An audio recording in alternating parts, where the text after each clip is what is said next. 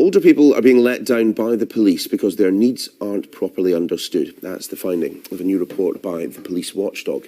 Her Majesty's Inspectorate of Constabulary says that forces and prosecutors are letting down older victims of crime, saying care wasn't good enough in over half the cases they looked at. Sky's Lorna Shattuck has more. This is Alice Walters, celebrating her 90th birthday in 2008. But her daughter Lynn only later discovered her mum had been a victim of financial fraud.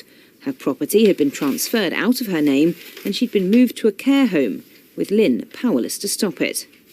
Lynn says she told officers what was going on, but nothing was done. I wrote to the police, and I subsequently discovered that they did raise 2 adult care or safeguarding cases and said there was no case to answer, but nobody, not one person, contacted me about my letter and interviewed me.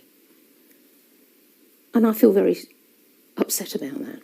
Lynn's case is sadly not unusual, according to a new report by the police watchdog on older victims of crime and how the police deal with them. The study says forces aren't identifying vulnerable older people enough, referring them to the right support or making sure they get the help available to them.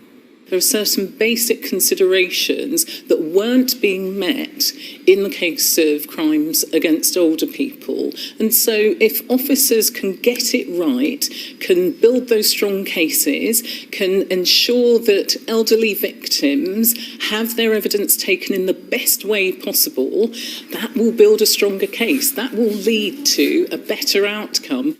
Charities say financial abuse cases like Lynn's are on the rise, but whenever older people are victims of any kind of crime, officers should make special efforts. There should automatically be more support. When you think about it, a frail older person, perhaps with the onset of dementia, very worried about it, how are they going to, on their own, have the strength to see a matter through to prosecution?